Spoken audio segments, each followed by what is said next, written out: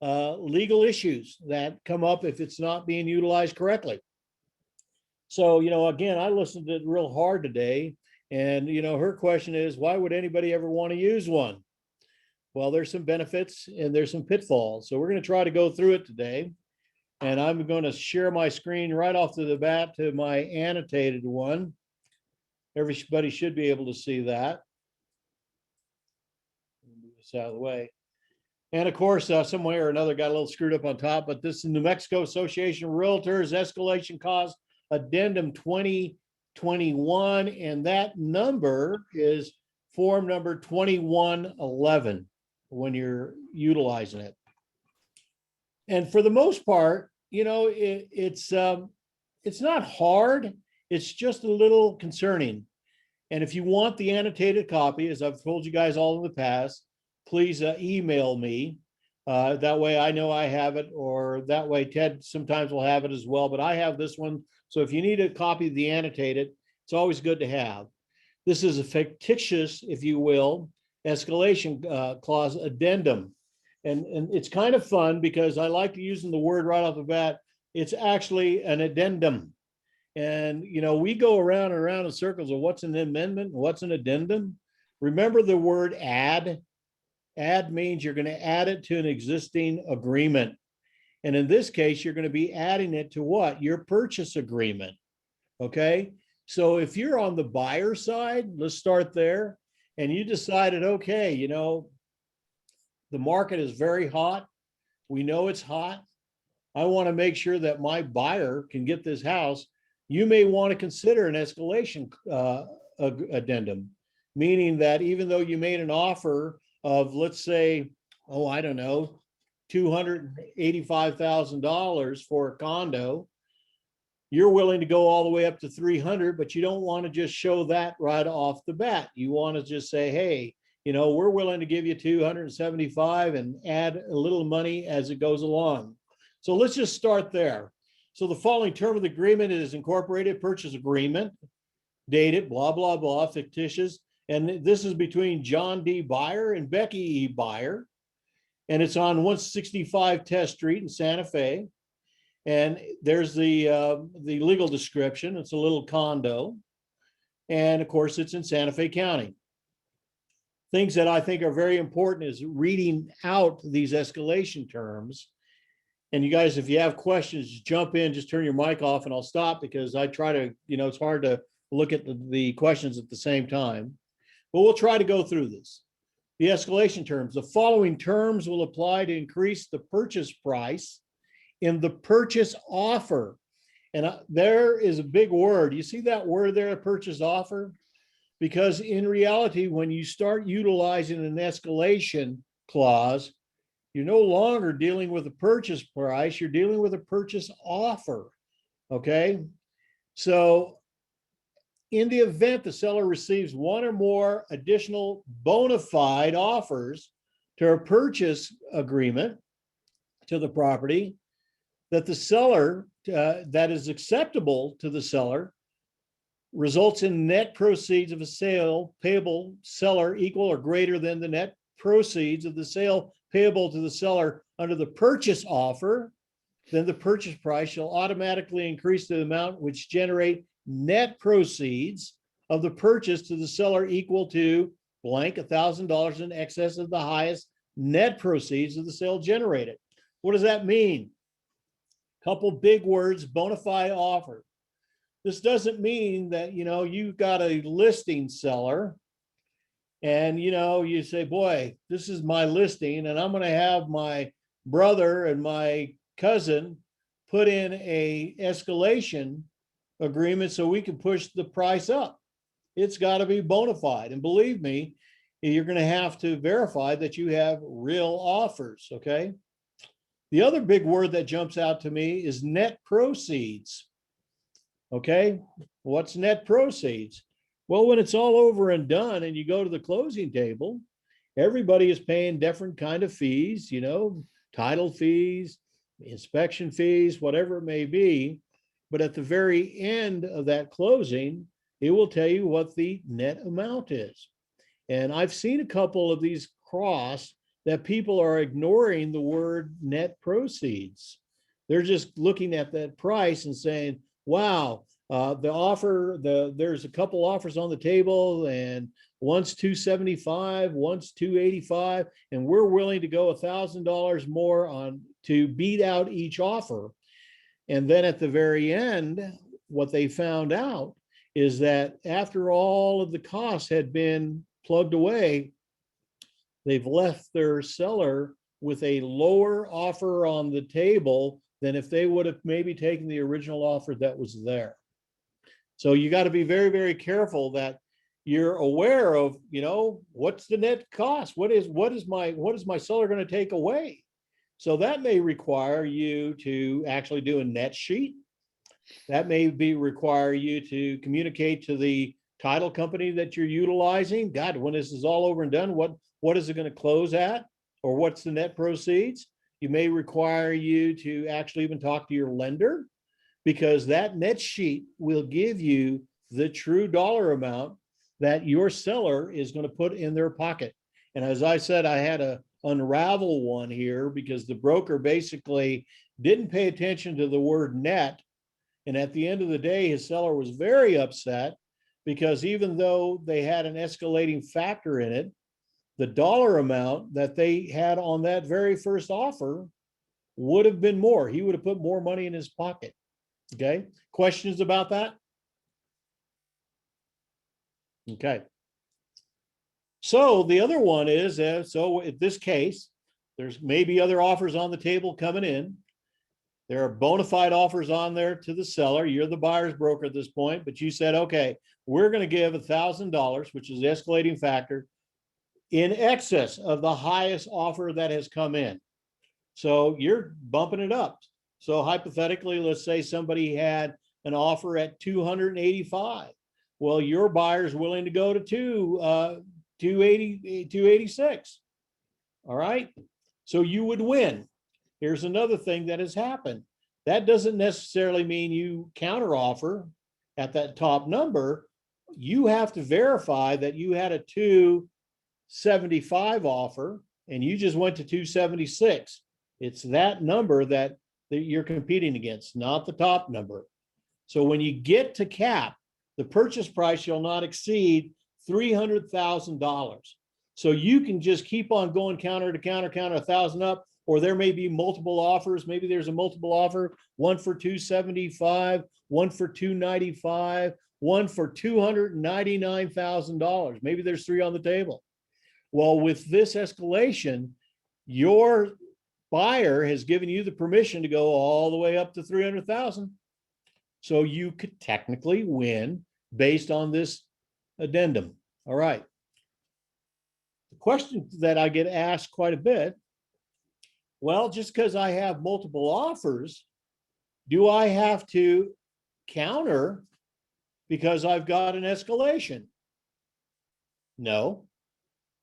You can counter, but if you have a good offer on the table, let's say you had that 299 and you also had this offer for $1,000, but the 299 was cash all day long, no appraisal, no contingencies, whatever. But this escalation is basically saying, hey, I'll go up to 300, but guess what? It's a conventional loan. They have to have an appraisal. They have to have everything. So you may just say, forget it. This is not that great of an addendum for an escalation. And you may be talking to your seller, and the seller saying, screw it, I don't want to get caught up in this bidding war. We'll take the 299 and walk away. Here's the other thing I will say about, and I just ran into this yesterday, as a matter of fact. The cap, the purchase price shall not exceed $300,000. Well, what if by chance you happen not only to be the seller's broker, but you also have a client who wants to buy the property and you're the buyer's broker? What have you seen? You've now seen the top number that other person goes. Now, I know none of us would be illegal and disclose this to your buyer, but there are those out there who will say, wow, I know what the top number is. and they may just come in with an offer at 301 and it's over. So those are some of those little traumatic things that Ashley talks about as well, is that when you put a cap number and you're the buyer, keep in mind that that seller's broker now knows your top number. And it's a question if you really, really want to do it or not. But that's for further discussion. So let's go down to C, the documentation. In the event that the other offers cause an increase in the purchase price, seller shall provide buyer at time of seller submission of a counteroffer sufficient documentation to justify the purchase price increase. Unless otherwise noted, here sufficient documentation means a copy of other offers submitted with the last names of the buyers redacted, in addition to any other documentation that you feel necessary. So that's where that bona fide buyer comes into play, that are making a number of offers.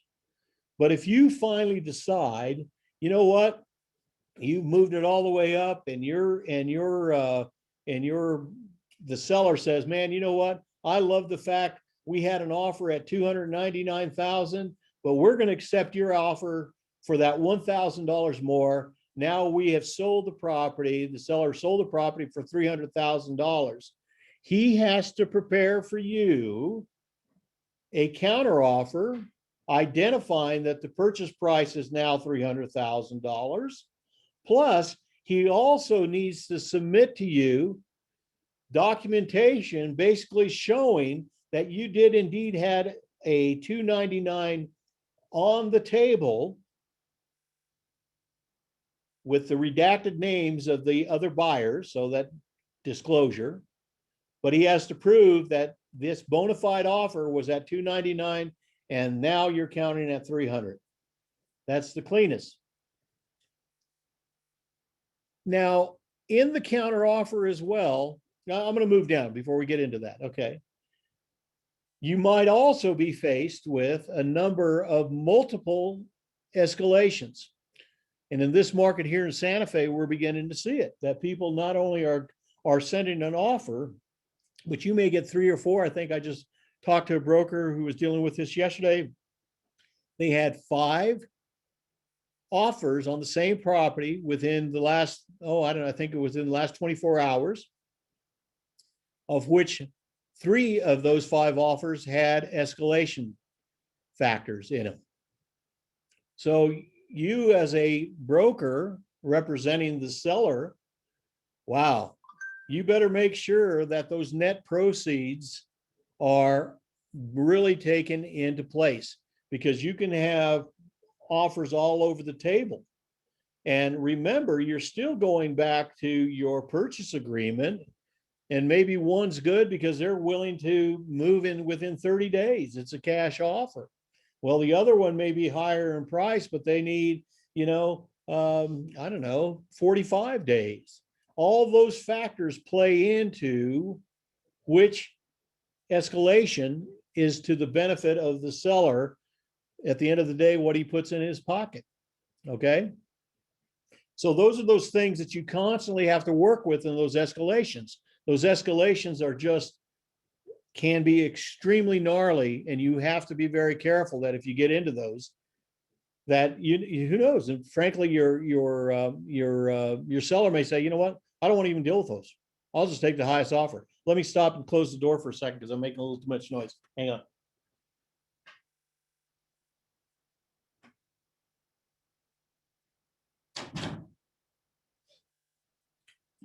Sorry, guys, I have people in the hallway.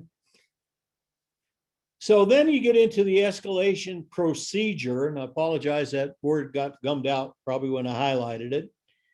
If the buyer will be financing a portion of the purchase agreement or the purchase price, and this escalation causes an increase in the purchase price, check 1.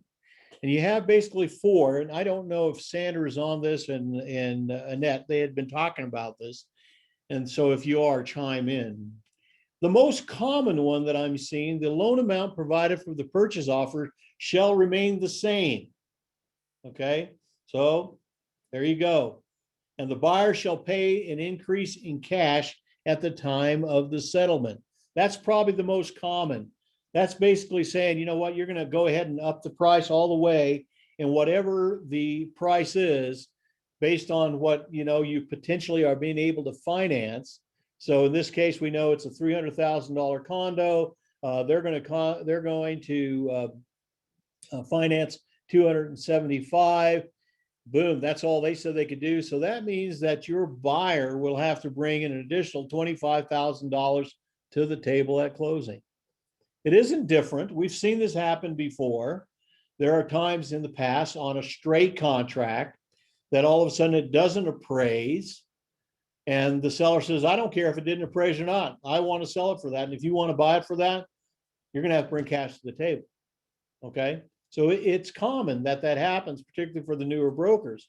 But in this utilizing the addendum, you are basically outlining to the seller, not to worry, even though I'm financing this through a conventional loan, if it's more, if I have to pay more for this property, I'm going to bring money to the table.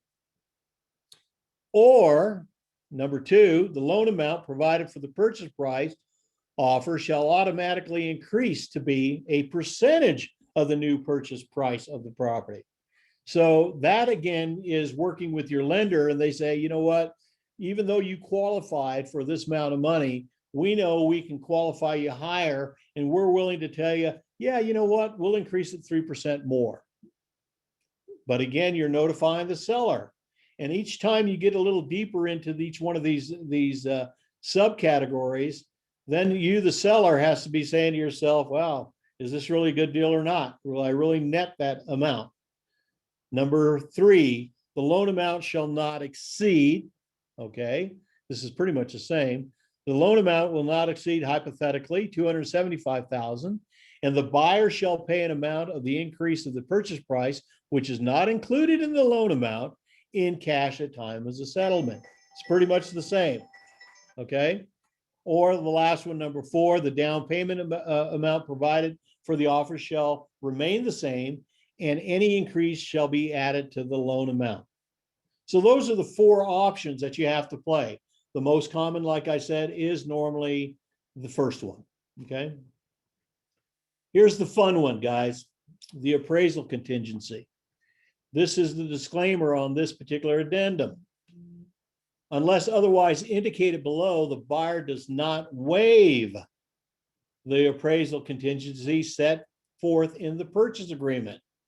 We know that in the purchase agreement, I think it's item 9, if I'm not off the top of my head, that's where you are able to check off if it's a loan that you may need an appraisal, or no, if it's cash, you don't need an appraisal.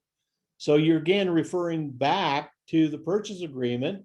Did that say, yes, you wanted one, or no, you didn't, or the loan requires it? So if you're the seller on the seller side and the buyer has already submitted this, you better go back to what the overall purchase agreement is saying as well. Those are all those terms. Because it states here, important note, waiver of the appraisal contingency means that the buyer agrees to purchase this property regardless of the amount for which the property appraises, and the buyer agrees to pay any amount above the loan amount in cash at the time of settlement. That's the note, okay? So further, and this is and I put this in pink for this reason, if the buyer is using USDA, FHA, or VA to finance the property, the buyer is prohibited by such loan program requirements for waiving the appraisal contingency. However, these loan programs do not prohibit the buyer from paying more than the appraised price. So if a guy is using VA, he's going to be locked in to do an appraisal regardless. He's going to be locked into it. So the question then became, well, even if he's using VA, does he initial off? Buyer waives the appraisal contingency. This is a conversation that you have with your lender as well as perhaps the seller's broker, because utilizing the VA, okay, that the VA is not going to allow you, they want an appraisal. They want to see where their money's going. So if they check the box, they are basically saying, guess what? We are not listening to the VA loan people or the FHA loan people. We're willing to go ahead and pay it. They give you an additional item there. If the loan program the buyer is using to finance the property prohibits the waiver of the appraisal contingency, then notwithstanding any waiver of the appraisal set forth above, buyer does not waive the appraisal contingency. This is the one that I had quite a conversation with Ashley about. What does that mean? What it means is even if you're using USDA, FHA, or VA, and your buyer went ahead and signed off, initialed it, all right, that one comment there makes it null and void. Too bad, so sad, seller. We're going to do the appraisal anyway. So seller beware on that side. Same with buyer, because if you're into the VA or FHA or USDA, you might really think real hard about if this escalation clause is to your benefit, particularly the seller. So when the seller's up there in the main purchase agreement and he sees that the individual is wanting to buy this house VA and yet gives an escalation clause and even signed off on the initial here, that's an immediate phone call to that seller broker and says, wait a minute. You told me in the contract, the main purchase agreement, you're using a VA loan, and the VA does not recognize this particular addendum because they're going to still do an appraisal. Okay, that's a catch-22. I think this line will be changed. Now, that doesn't mean if you're a VA, you can qualify for, but you better have some other cash in the bank, and there probably will have to be an addendum made to that. So that's the biggest bugaboo that I've seen with this. All right. Acceptance of the counteroffer. In the event, this is where people all fall apart and go, oh God, okay, I got it. And we want to go with utilize the addendum. How do we do it, Tom? Acceptance of the counteroffer.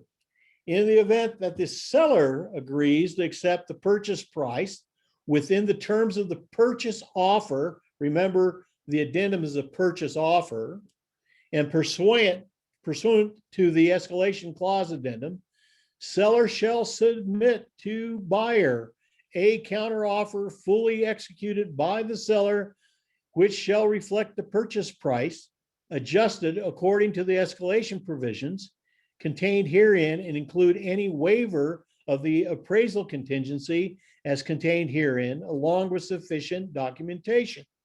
So what it means is you're going to send back, if you're the seller, you're going to say, you know what, here's the counteroffer. And based on the addendum and based on the document I just provided you of the other offer that we have now redacted the names of the buyers in, we will accept the $300,000 as the purchase price. Now, in my conversation, if you're the seller and you send back the counter, you may accept this part of it, but you may as well have other items that you want in the counter. You may say, we are accepting this and we will not accept, I don't know, that seller will pay for septic, buyer to pay for septic inspection or whatever. So you can still utilize that counter, utilizing this as the purchase price, but you may over there have other contingencies or loose chads that you need to also put into the counter.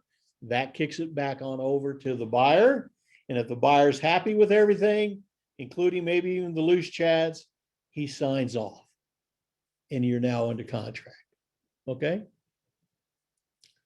So let's go to questions, because I can see that look in Pam's eyes that she's got a few. How gnarly was that? Questions?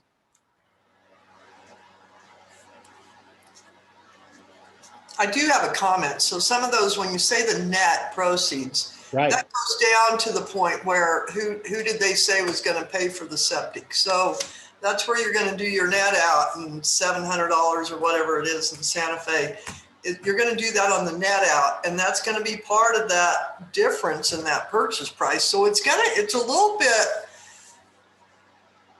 you got to know what you're doing if you're going to use it. Right. I mean, I know so many brokers who will take a listing and never do a net sheet. I've been at fault of that. Let's be frank. I required it on the checklist, just in case you wondered, Tom. Golly, you're such a hard ass, Pam. I love you. So that's what they say, Tom. That's what they say. So you guys ought to be happier with me because I'm not as tough as she is. No, she's an excellent QB, guys. I'm just giving her a hard time. And that's good policy. If you know what your person, because and we all hear it. Well, what am I gonna net? Because I just paid you a 6% commission.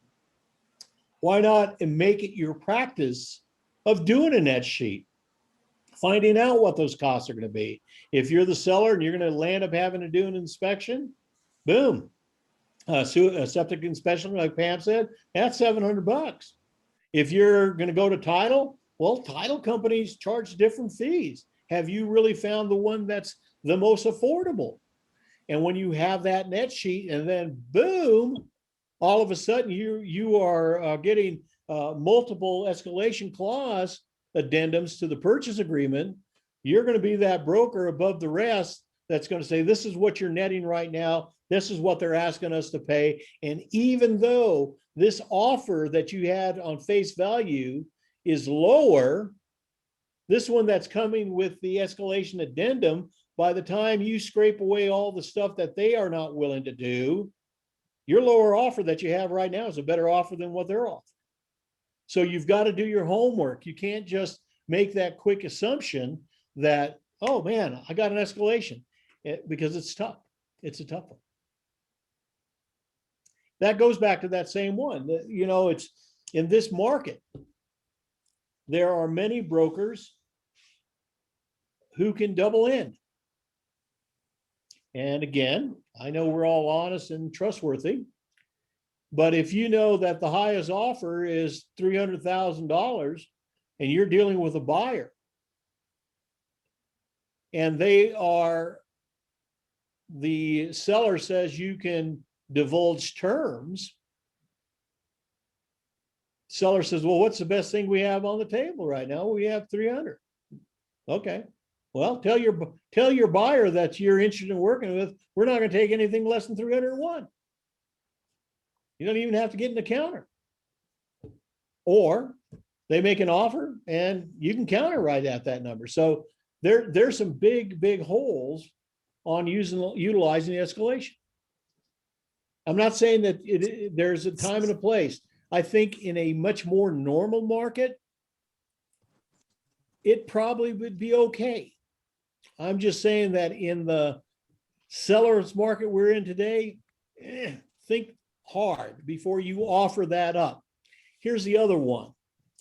If you know the top number that your seller, or excuse me, your buyer is willing to pay, because they've just said, well, we'll go as high as 300. Well, why not write the contract for that? That's when you look at them straight in the eyeball and say, you know what, this is a seller's market, folks. So if you think that's your top number, you ought to go for it, because you're going to potentially knock out anybody who's pussyfooting around with a $500 escalation all the way on up, back and forth, back and forth, back and forth. And I have seen that right now here in Santa Fe, at least, what I call a little bit of the seller fatigue, because they're all sitting here going, well, which one's the best? Which one's the best? So remember that when they're asking you that, all you can do is explain it to them, but you better not be giving them the best answer. Why? Because you just stuck your neck out there, right? You're now advising them on what the offer should be, or what they should take. It's a tough one. Questions? Concerns? Jack Hoffman here. Go ahead, Yeah. Dan. Dan, Tommy. Quick question. If somebody says, okay, we'll pony up at closing, do you ask for a proof of funds? I would. Because you're going to be down there. And I mean, even if you're on the seller side, that is a very good one. And say, when you're on C, the documentation besides just the other offers, you could very easily say, you know what? We also want verification of funds.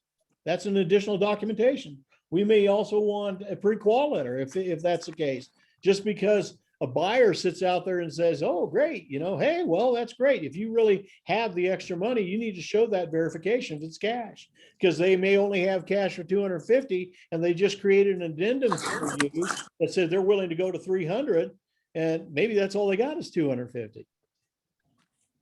Good question, Thank man. you. Good Thank you, question. sir.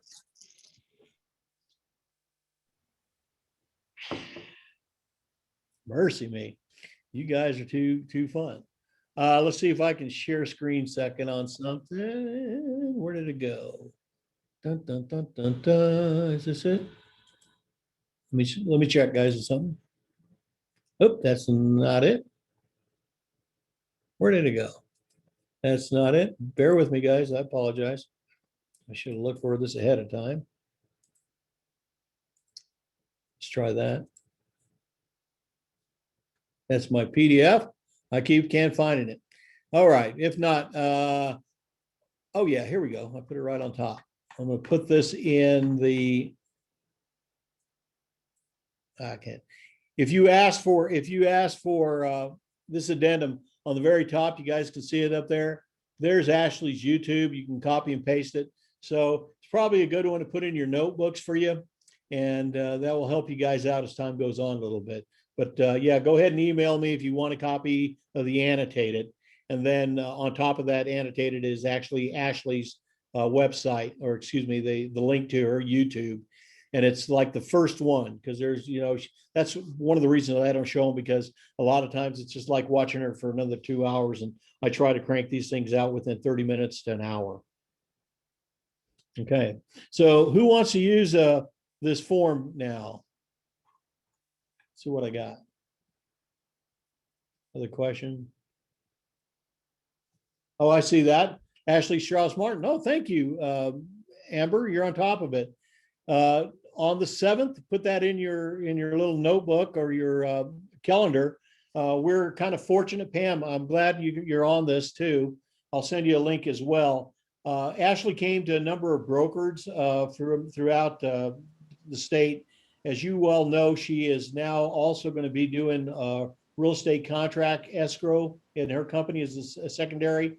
And she wanted to, give a class to various brokerages. And so I guess since I talked to her more than I want to, she said, Tom, how about Keller Williams? You think those Keller Williams people like to learn about us? I said, absolutely. Ashley sent it to us. So Evidently, I talked to her way too much also, Tom. So I have a real estate contract course being taught. okay. Hey, you can't have too many lessons on those though, so I'll be at yours and mine, because there's too much information there. And there's some questions in the chat box. Yeah. And about the net out. And I think Tom can have another class on how to do a net out. Yeah. We might do a net out, and I might even get one of my guests over here. I work real close with Fidelity. Fidelity has one of the coolest little apps in the world. I use it all the time. And, of course, it's designed around their closing fees, but you can change them. And, we'll do one, and we'll get Denise to do that, and you guys can get the app. Net out isn't hard. There's a lot of forms. Even NMAR has a form on net outs, and it's a good practice for you guys to go into the NMAR forms and look for net out, and a form will pop up. And it's just basically a budget is all it really comes down to. This is the purchase price, closing fees, inspection fees. So your commission and commission, yeah, and GRT, all this other stuff that they have in there. And I'm glad to hear, Pam, that you guys, that you utilize it up there a lot. But Now, we have an Excel spreadsheet that used to be connected to our one title company, you guys, our one title company. And it was connected to the different GRTs, but I don't know, the person that built it for us is gone now. So I can send you just a PDF of an Excel with Keller Williams on top. But like you said, it's also in Newmar forms. yeah, I'll, that's fun. I like doing Excel. Maybe Ted and I, he's like the wizard of Excel. Maybe he and I can play with one and we can create it as a template that everybody can pop up. What do you think? Ted, I'll send you the one I have so that when you're doing Tom's, you can do one for Santa Fe so that it's interactive with our gross receipts, tax and stuff. Sounds good. Well, and something to keep in mind for all of you guys is, in the whole area that we do, all gross receipts tax, GRT, is different throughout, even through Santa Fe, because you go county Santa Fe, city of Santa Fe. The other thing that you have is we have more than one title company. So that's the plus of having the one, is because the fees are always going to be the same up there. And, I don't even know how many title companies we have here, and let alone, so there's some parameters in there that you'd still have to investigate and learn. And to be a good broker, guys, I've said this to you in the past, is you should be knowledgeable about this stuff. I'm always amazed how many phone calls I get and people saying, hey, Tom, can you tell me a septic inspector? And I'm kind of using Ray's terms, what does it call it? GTS. Is that right, Amber? That's right. GTS. Google that GPS, stuff. Google that stuff.